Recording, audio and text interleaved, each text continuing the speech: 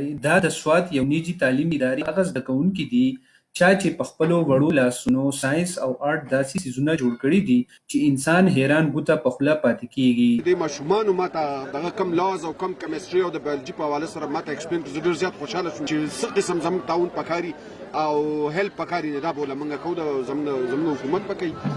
د سوات جنکۍ او هلکان د تعلیم سره په نورو میدانونو کې هم د چانه وروستو نه دي. که چېرې دوی ته د خپل صلاحیت ښودلو موقع په لاس ورکړی شي. زما نوم محمد امیر معاویه دی. موږ د پیکستان له ګولې سره په دې کې سولر سیسټم دی چې د تعلیم سره دا قسمه صحتمندې سرګرمیانې هم طالب علمانو دپاره هم ډېرې ضروري دي، د کوم سره چې د دوی ذهن او دماغو باندې ښه اثر پرېوځي. دلته کې موږ راغلو د دې د لاسه موږ بلډ ګروپ زده کړو چې څنګه خلک چیکینګ کوي او څنګه بلډ ګروپ معلوموي او مهر ماحول د ډېرو خلکو سره ملاو شو. په علم کې زموږ ډېر زیات اضافه وشو. د سوات زده کوونکو د تعلیم سره خپل کلتور هم ژوندی ساتلی، د کوم ښکاره ثبوت چې دوی په زړه راښکونکي انداز کې د پښتنو د اتڼ وړاندې کول دي.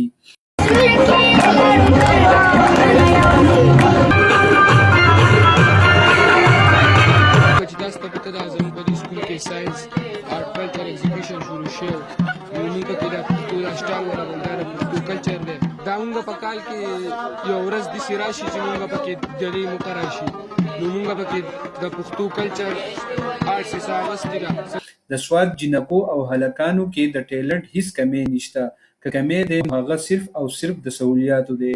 سلیمان مارننګ پوسټ، سوات.